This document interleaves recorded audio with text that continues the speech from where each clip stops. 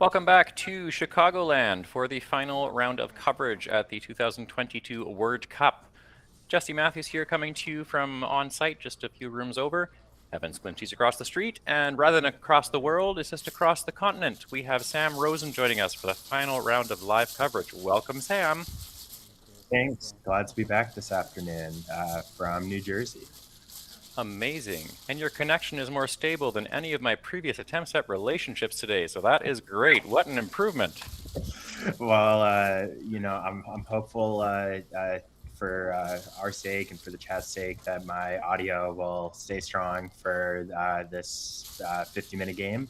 And also maybe your adoring fan will be back in the chat. That's possible. Although apparently me being a carnivore was a deal breaker based on what I saw in the chat, because I believe they were a vegetarian. Well, that was the only thing that he said it was that just stopped marriage at first commentary. So yeah, no one's perfect. Sorry, I like meat. So we have Peter Armstrong and Dave Wiegand head to head on table one. Amazing matchup here. Pete will be going first. Truthfully, I am more used to seeing these two playing at a table in a pub than I am at board one in a major tournament room, but they're both clearly very capable, and we see that because they're here midway through the tournament.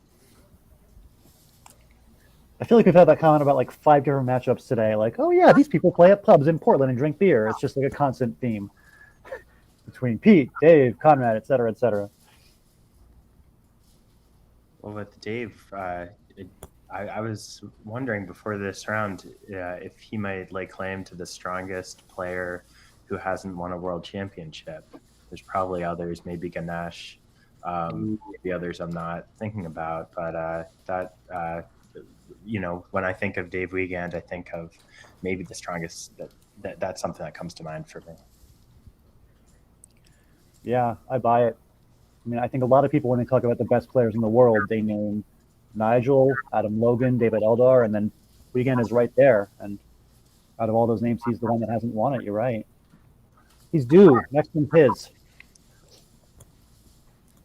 We can add a Word Cup championship to his illustrious Scrabble career this weekend if he stays on track.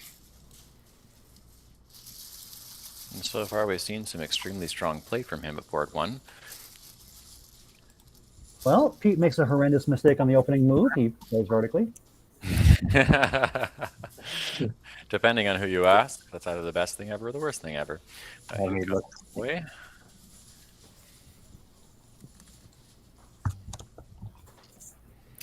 In the chat, Dan Trapdoor asked, do female kangaroos pay Joey fees for birthing? I think Dave was hoping for the T for Joey feet, and it didn't happen. All right, what does he actually have to play here? I guess he could drop Joey with the JO parallel, maybe setting up his F for next turn for not fee, but something there. Yeah. You can also play Joey to the right, making he and Oi, and that sets up his F2. So, yeah, maybe not quite as good of a spot for the F. He's also considering Hefe as a potential play here. Yeah, it seems like Hefe is that would be the nicest thing to play if there's a nice spot for it. I guess that does set up FY perhaps if it were played with he.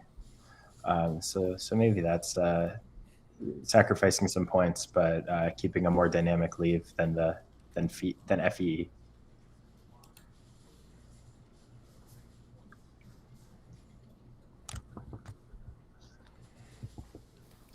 Meanwhile, over on Peter Armstrong's side of the board, nice synergy going on there. Yeah, probably going to see a Bing soon for Bing's opponents. Mm-hmm.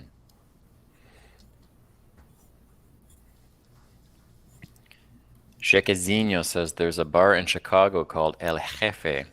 Interesting. Perhaps they serve Hefeweizens. Mm. Seeing some fun words coming up that involve the letters in Pete's rack in the chat. Tagexin is certainly one of the fun ones. Or Tegu for short. Nice. Wow. Multiple bingos with the blank being an X. You wouldn't expect that. 27.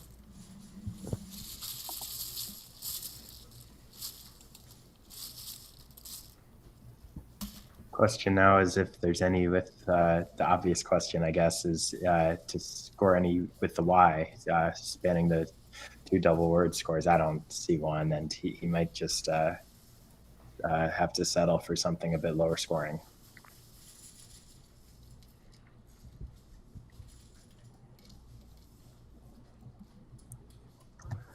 But yeah, shame there's no X for I'm not going to say it correctly. Take Wexen or spot for exigent.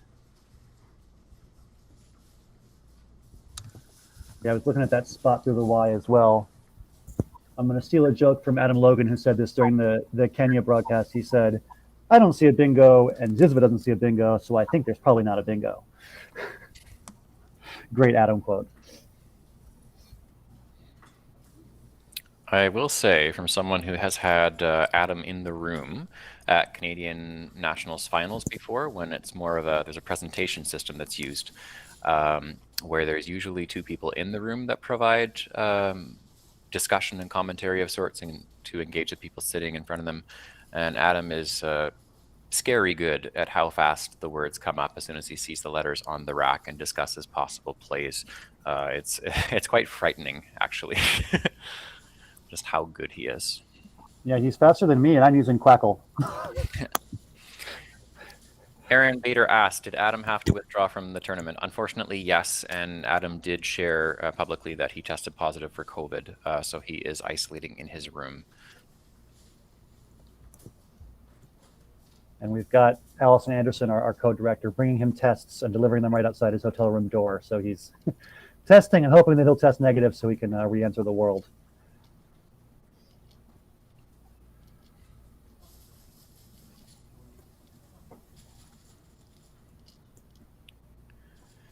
So Pete's looking for a bingo through the Y probably, but I'm sure he'll realize that that's not meant to be.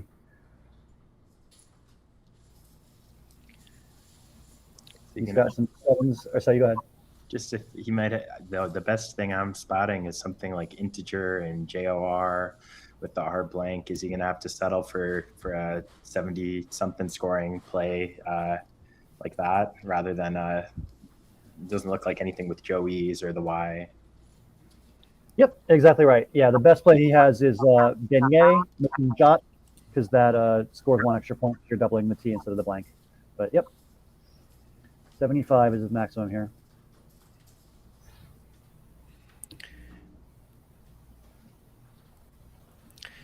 Big Dig Blue asks, is Nigel Richards playing? No, Nigel was meant to come to the event, but he expressed some hesitance, I think, because of some of the worst case scenarios that could have played out if he were to test positive while abroad. I think that's based on Malaysia's rules for re-entry into the country. So on the side of caution, I believe he chose not to come.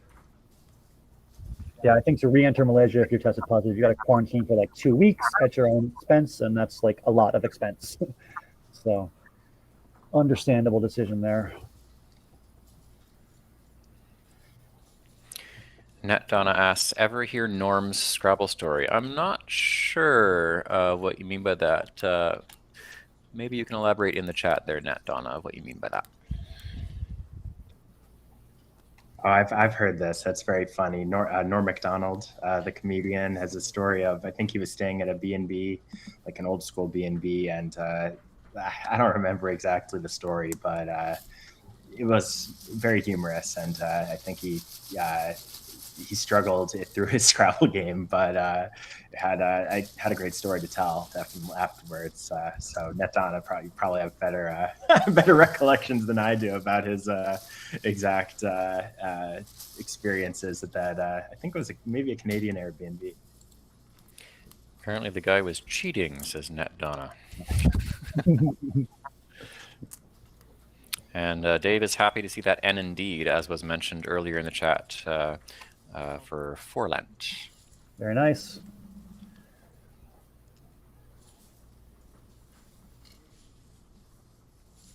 Yeah, Forlent is the only bingo, and he stuck it right away. Yeah, with that Logan-like speed of anagramming. I'm not sure if the chat will allow for YouTube link to be posted. I think it's an anti-spam measure that's been put in place for the feed. But we can wholeheartedly endorse it in general as far as something for people to watch for pop culture Scrabble references. I'm sure people can use Google and find it. He happens to be my best celebrity encounter. I was able to play a pickup basketball game with the late great Norm Macdonald, and he was much better at basketball than me. And but he was very nice to include a about a 10-year-old me in the basketball game at our resort. So that was a lot of fun. Of course, I wasn't able to pick him out of a crowd, but my father was, being more of that age group. Nice. That's amazing. Yeah, it was fun. Dungy 2 says Beignet would have not given him back a DR Bing. Indeed, Integer did give DR Bing a DR Bing back. Looks like Dave has drawn Atropine right out of the bag after bingoing. Nice. Scrabble Kitty asks, who's the commentators today? For this particular round, it is still Jesse Matthews coming to you live from the tournament venue. Evans Clinchy is nearby. And for this round, Sam Rosin has joined us from the East Coast. The three of us are providing the commentary for this round.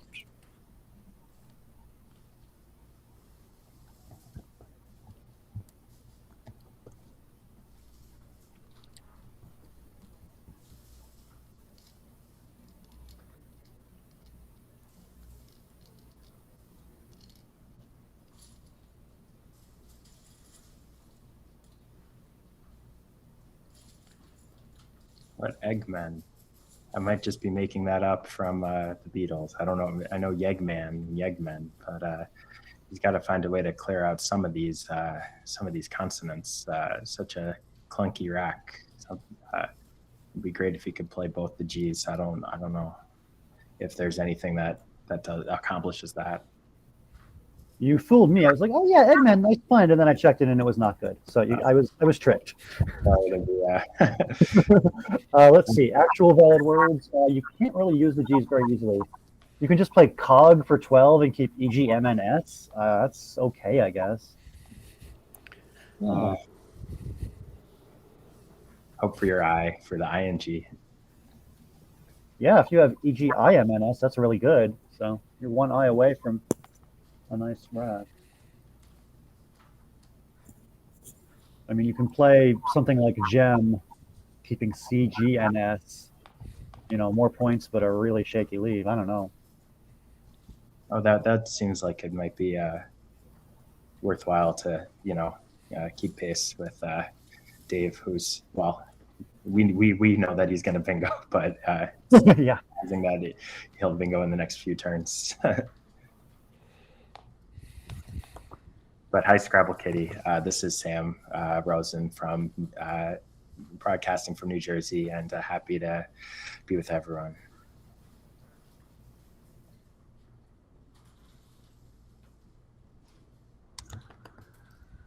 Interesting to note that if Pete chooses to play Gem underneath Forlent, making FE and OM, he'll actually block the only bingo because Atropine won't fit anymore.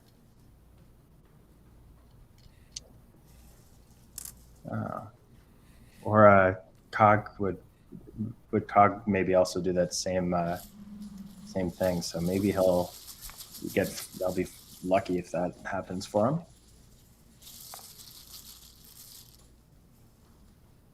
I think Pete exchanged. Yeah. Interesting. MNS. So he throws back CGG into the bag. He couldn't deal with the GCG. I was gonna say. I've been doing that all week. Yeah. All right, so Atropine is going to come down. Unfortunate for Pete. He lets that go.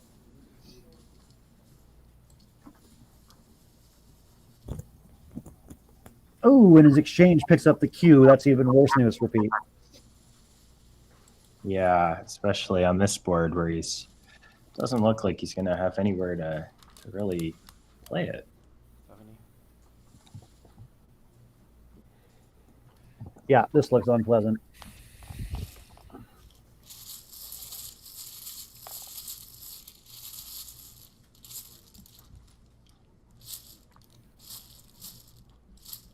$171 to 86 after the bingo. Pete's down 85, and he's just going to struggle with his cue. MMCR_11, welcome to the chat. Thank you for your first-time chat contribution. Question provided is, apologies if this has already been asked, but why does Dave have 0.5 in his wins and losses? That is an excellent question. The way that we denote ties in many cases is to add half of a win and half of a loss. So in that case, that is an indicator that there has been a tie.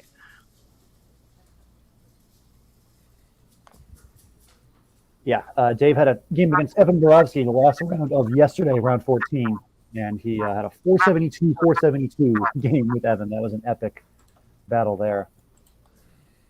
It's really interesting having two players with a tie against each other at the top of the standings, because it means that spread is overall going to matter less than usual in determining who wins the tournament. Because more than likely, to catch the person in first place, you're going to have to win 0.5 a game more than them.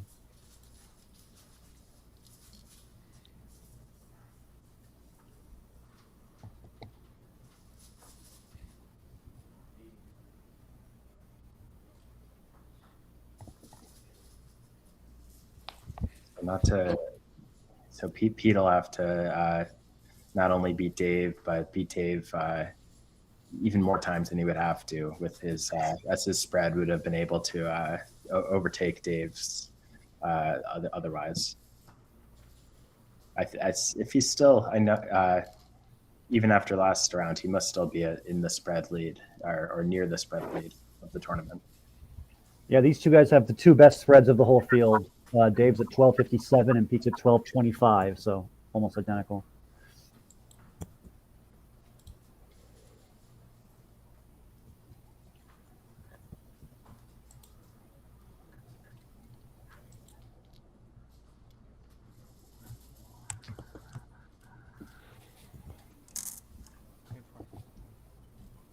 So let's see, what is he exchanging again? Huh, that is interesting. Okay, I guess he really doesn't want to deal with that cue. He had some non-exchange plays available there. I'm a little surprised. Yeah, with the S is a nice tile, regardless of the exchange. It's sort of one of the only things that keeps this board open with the JORS hook and the Joey's hook. But yeah, even something as simple as PEN would have scored over 20, or that makes AP. Never mind. But he does. He could have played a penny up top. Yeah. Parallelo peephead. Good grief. That is a doozy. Nice one in there in the chat. Hello, Debbie, 1974. I wanted to thank Donna for the bits donation a little bit earlier. Much appreciated. And also for those who have subscribed to the Scrabble Twitch channel here. We appreciate that. Please tell your friends. We love having you here. Come on in. The more the merrier.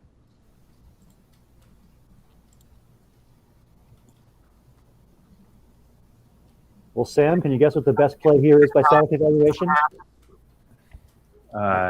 It's a word you should know. I'm going to guess it has something to do with Sam. So there's my guess. Yeah, it's literally just Sam. That should have been the guess. So I don't even see where to put it. It's just on top of four lengths there. Is it parallel? It's at the bottom. You can yeah. You can almost make a complete sentence. Sam may awe. Aw.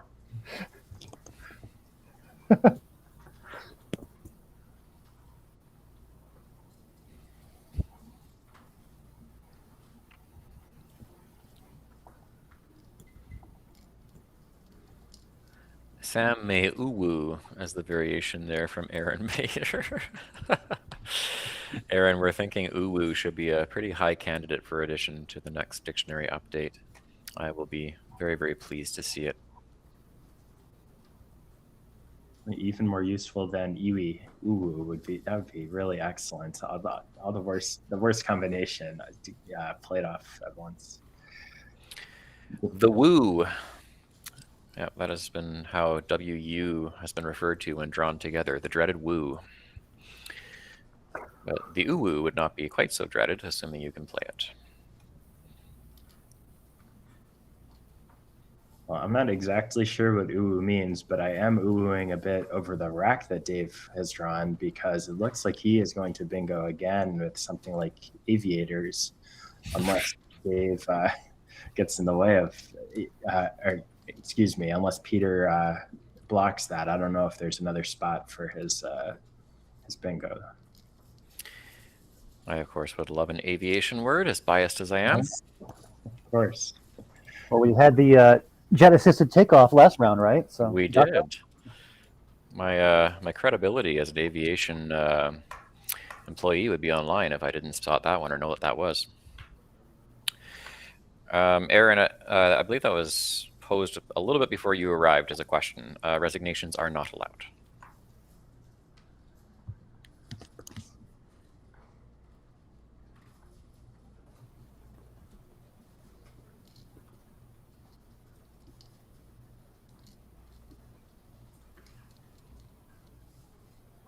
Wow, Pete's got less than 10 minutes left. And we're still on move 5. Oh. He's had difficult racks, though. These are not easy decisions.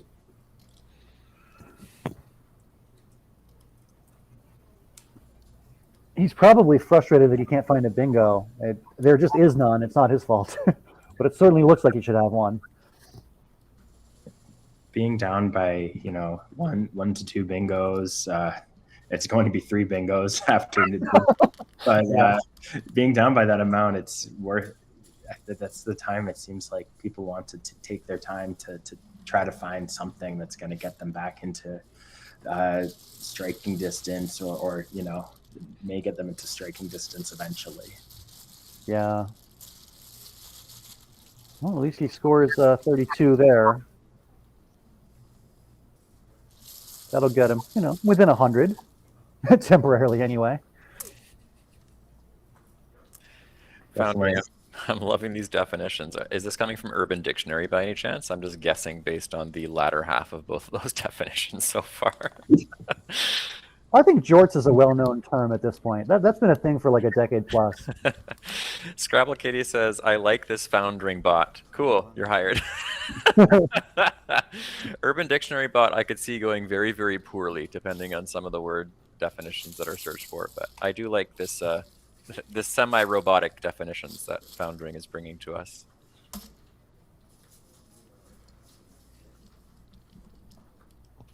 It looks like Pete has fished 3 tiles and he's drawn CBB, a moving tribute to his other Portland buddy.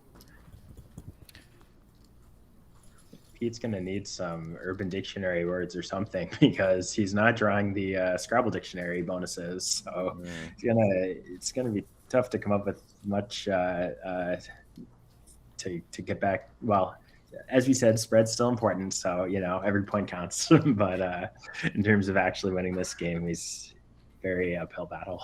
An amazing draw by Dave. Sorry to interrupt you there, Sam. A hot draw, as Budak has pointed out in the chat, quite literally. Pete needs a disconnected A and L for his 9 of Scrabbles. All right, what's he going to play? Barb? Yeah.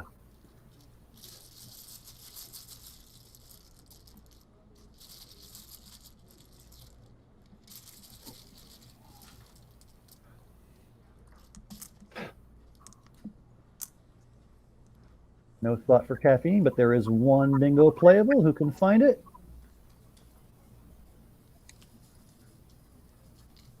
I don't think there's a spot for Faciend.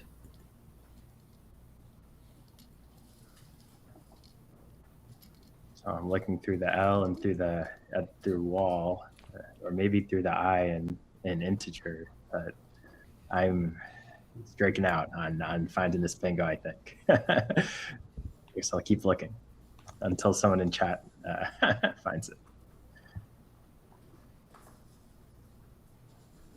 There's 149 of you. I'm sure one of you can find this bingo. I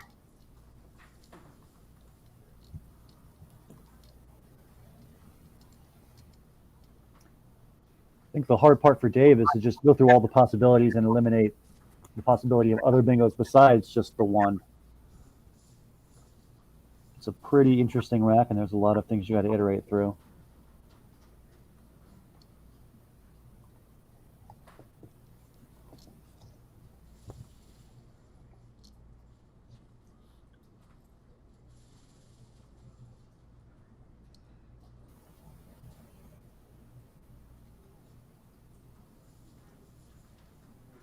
We've seen Dave bust out a lot of really fast bingos this tournament, but he's taking his time with this rack.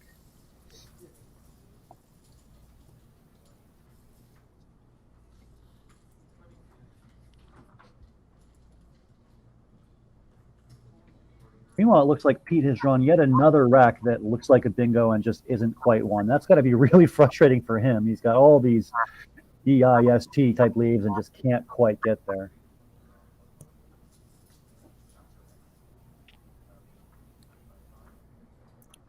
Donna asks, would Babe down have yielded more points? Are you looking at Babe in the same spot, Donna, as in horizontally, or are you looking downward, starting with BA? Because I don't think Pete actually had an A on his rack that would have allowed for a parallel play of Babe. Because if he did, then yeah, that would have definitely scored more points. But in this case, I don't think he had an A at the time. Yeah, he had Barb plus a leave of CESS, so he had to play through those consonants. All right, there is the bingo I was talking about. It's Fascine, or however you pronounce that, Fascine. That is the only one, and Dave does find it. Nice play.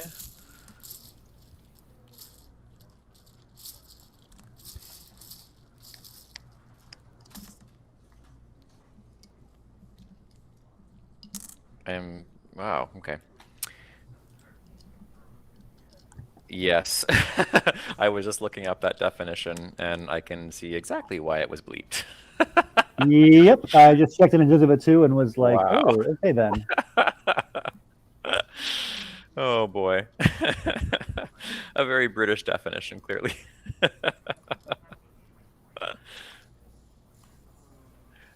Engineering purposes, that's fascinating. The computer engineering that censored it probably did more did more harm than good in this one instance of that definition. I mean, really, it's the dictionary's fault. Like, come on, define that differently. Well, it's taught me at least that that's a noun. So I didn't know if that was relating to something facial or something. So It could be. Yeah. People have the opportunity to hook on for bingo, possibly. I see a lot of people in chat saying, oh, a bundle of sticks. Okay. Yeah, Rebecca, the shorter version of the word in question would be that definition, from my understanding, whereas the longer is related more to the bundle of sticks.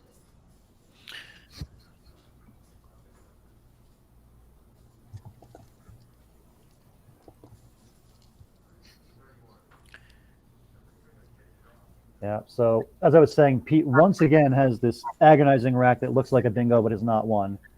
And that's why he's been using so much time, because it's so hard to just thoroughly go through all the possibilities and check for bingos, but he does not have one. And Sights is possibly the best play. It is the highest scoring at 32.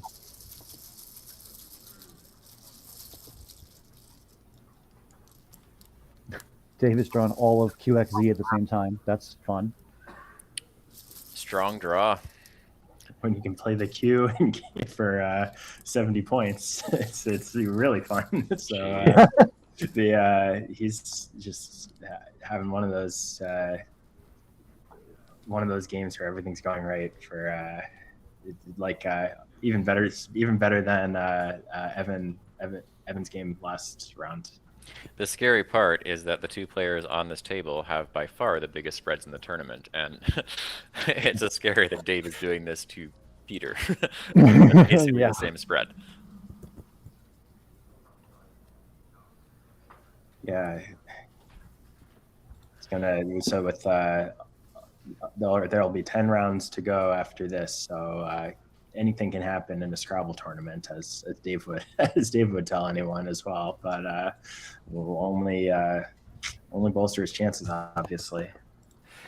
So we are off camera, of course, focusing on our two players on board one, but I have a surprise guest to introduce that even my fellow commentators off-site don't know is here.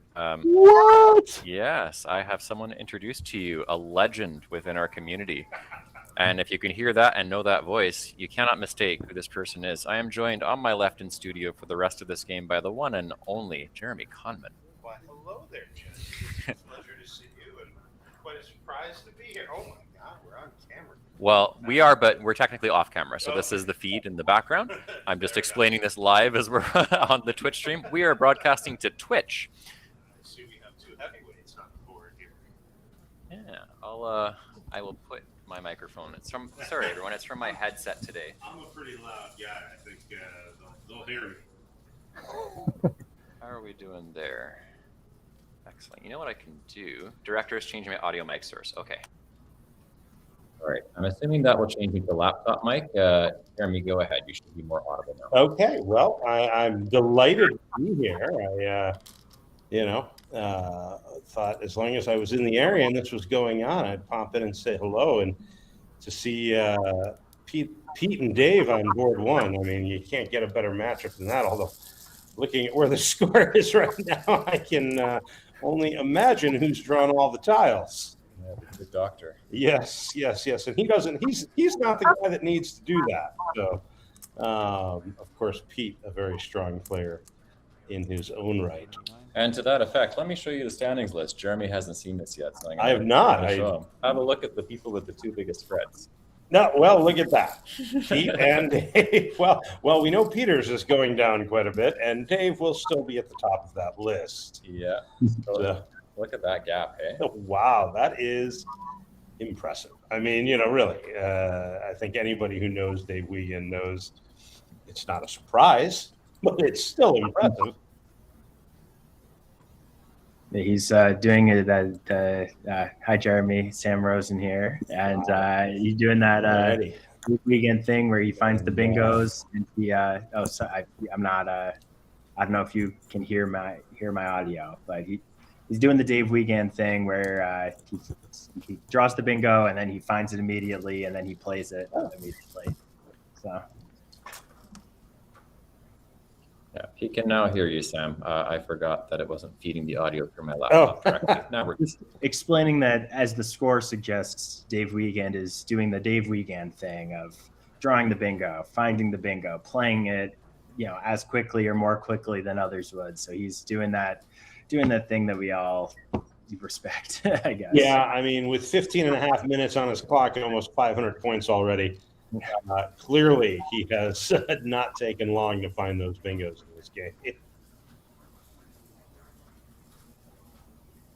Let's see in the chat here, make sure we've caught up on everything.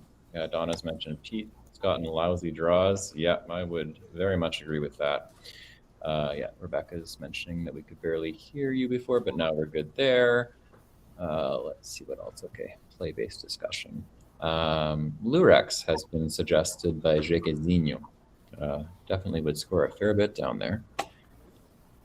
Donna's mentioning Aviators helped. Yeah, that certainly was one of many death blows from Wiggy, the good doctor. Yeah, well, my only board one experience at a Nationals came against Pete Armstrong in Game 1 in Orlando, and he beat me soundly.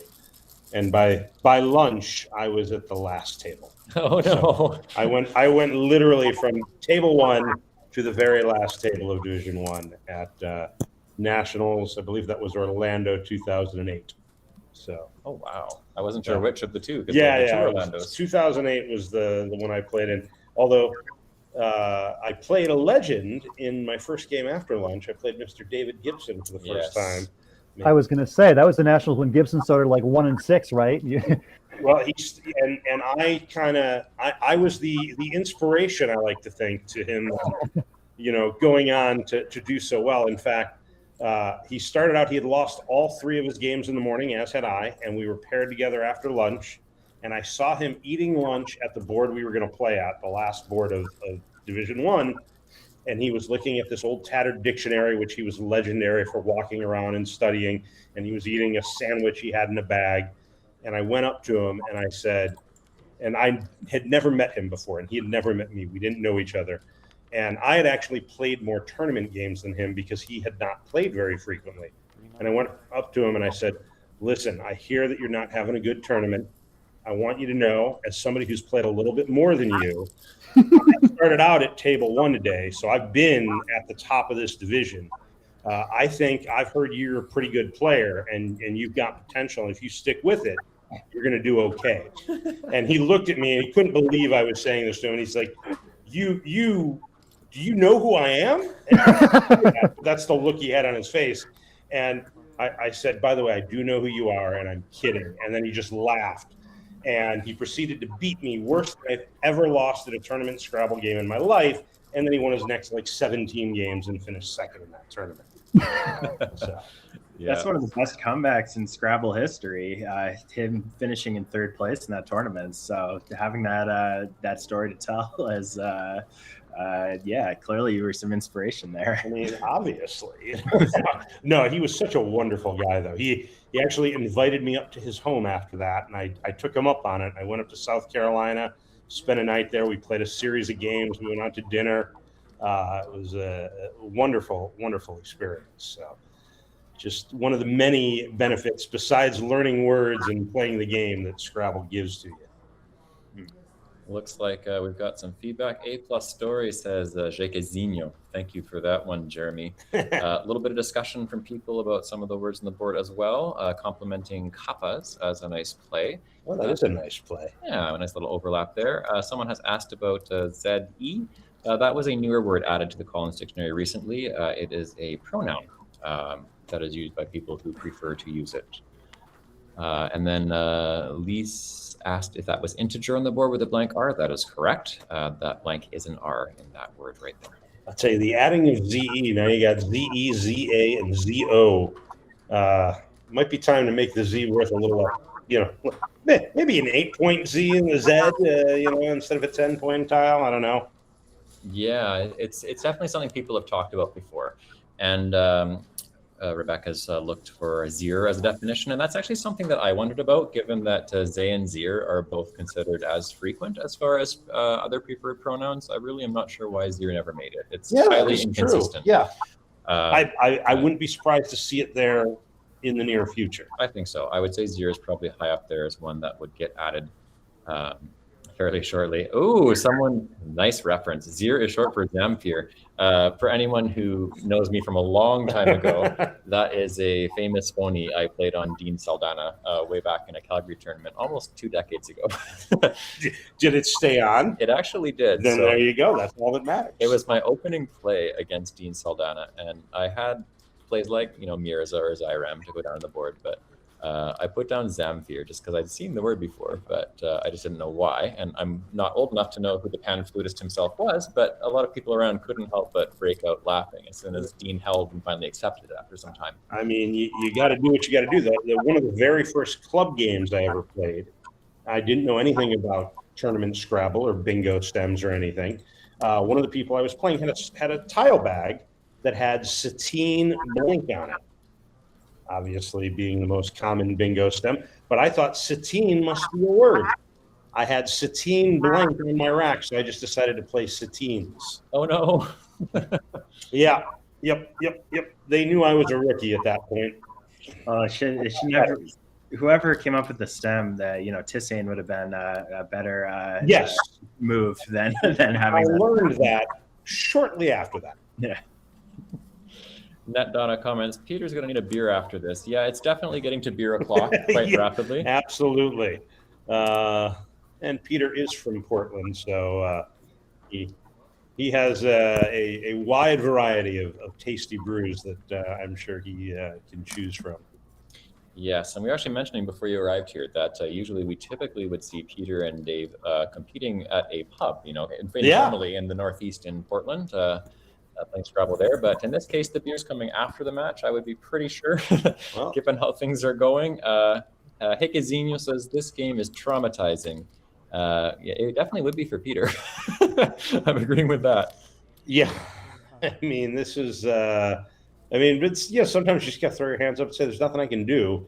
And I haven't seen this whole game from the start, but given this scores and the caliber of player that Peter is, I'm going to assume he didn't miss much. There just wasn't much he could have done, given what he drew. Now, I don't know. Was there a big miss early in the game at all, or no? There were a couple of misses. I'm not sure if it would have changed the outcome of the game, honestly. But yeah, I would say that there was not flawless play by any means, but I don't think it would have changed the game. NetDonna, yes, we are in Chicagoland, not in Chicago specifically, but we'll say Chicagoland. Naperville/Lisle. A lovely suburb of Chicago. Yes. Yes, so we are coming at you live from Chicagoland. Jacazino says a couple of missed bingos. Yeah, definitely we're there, but did not change the outcome of this game, in my opinion here. Louise apparently is in Chicago and we ride over. Cool. Francis asked, did Dave play the endgame quickly because he was up by so much already? Is it considered bad manners to take your time optimizing the endgame when you're already leading by 200 plus points? It's actually a fantastic question. I'm going to have to say absolutely not. Obviously spread is going to come into play sometimes I think you always want to make your best play, no matter whether you're down 200 or up 200.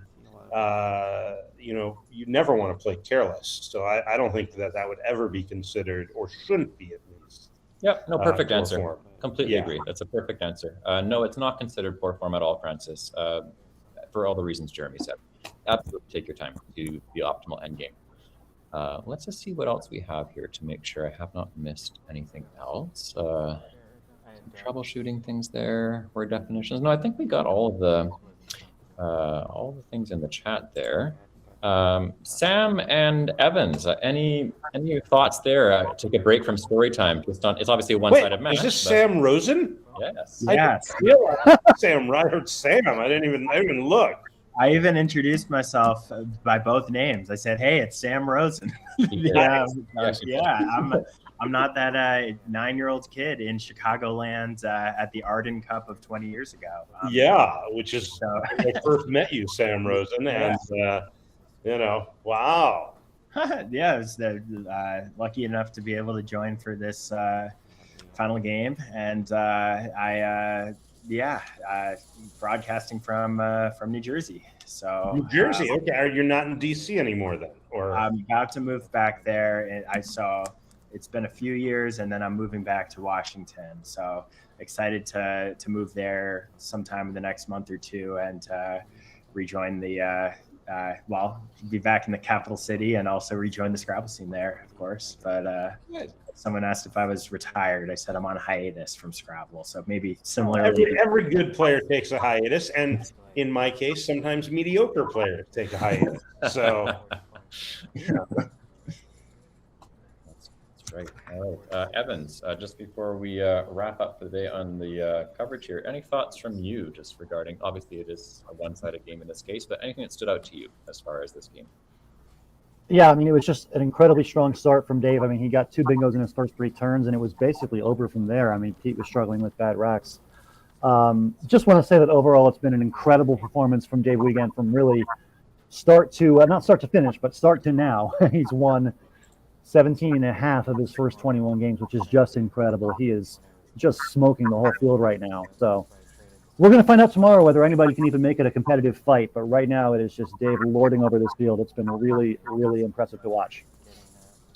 Yeah, it's quite impressive. So at 17 and a half and just a massive spread that's going to be around, I think it's like 1,500 something, if I'm doing rough math correctly. Do we know if Evan, Jeff, or Austin won their last game? I can check that. Give me just a second as the spreadsheet is loading. All right. Well, a little 3 or 4 update before we sign off for the night.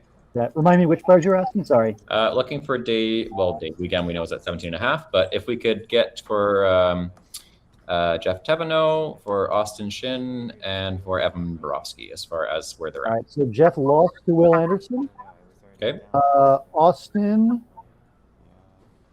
Oh, how is the spreadsheet sorted this way? I'm not sure. I'll have to get back to you.